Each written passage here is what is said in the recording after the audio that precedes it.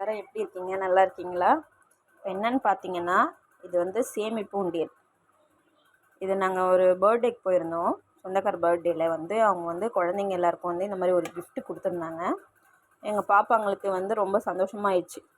இந்த மாதிரி ஆல்ரெடி என்கிட்ட 2 உண்டி வச்சுருக்கேன், உள்ளே வச்சுருக்கேன்.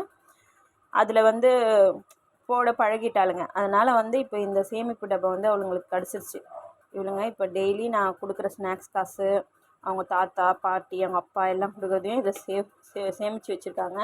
எதுக்குமான்னு கேட்டதுக்கு, நீயும் டேடியும் வந்து கஷ்டப்படுறீங்க எங்களை படிக்க வைக்க, அதனால் நாங்கள் 2 பேரும் இதில் சேர்த்து வச்சு உங்களுக்கு கொடுப்போம் மம்மி அப்படின்னு சொல்லிட்டு என் 2 பாப்பாங்களும் சொன்னாங்க.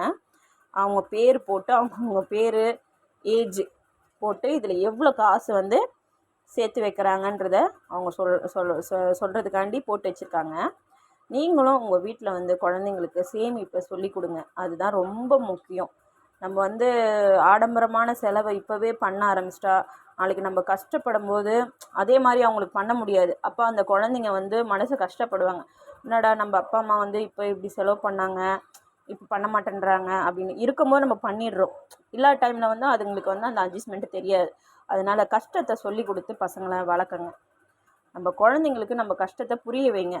இப்படி தாம்மா நாங்கள் வாழ்க்கையில் முன்னுக்கு வந்தோம், காசு சேமித்து வைக்கணும், சிக்கனம் பண்ணணும், இந்த மாதிரி தான் சாப்பிடணும், இந்த மாதிரி தான் நடந்துக்கணும் அப்படின்னு எல்லா விஷயத்தையுமே குழந்தைங்களுக்கு சொல்லி கொடுத்தா அவங்க கண்டிப்பாக கேட்பாங்க. எவ்வளோ நல்ல விஷயத்த நம்ம சொல்லி கொடுக்குறோமோ அவ்வளோ அவங்க வந்து நாளைக்கு ஃப்யூச்சரில் நல்லா இருப்பாங்க. மறக்காமல் நீங்களும் உங்கள் பசங்களுக்கு இந்த மாதிரி சேமிப்பு சொல்லி கொடுங்க, நல்ல விஷயத்த சொல்லி கொடுங்க. கண்டிப்பாக அந்த குழந்தைங்க ஒரு நல்ல வழியில் போகும். சரிங்களா? தேங்க்யூ.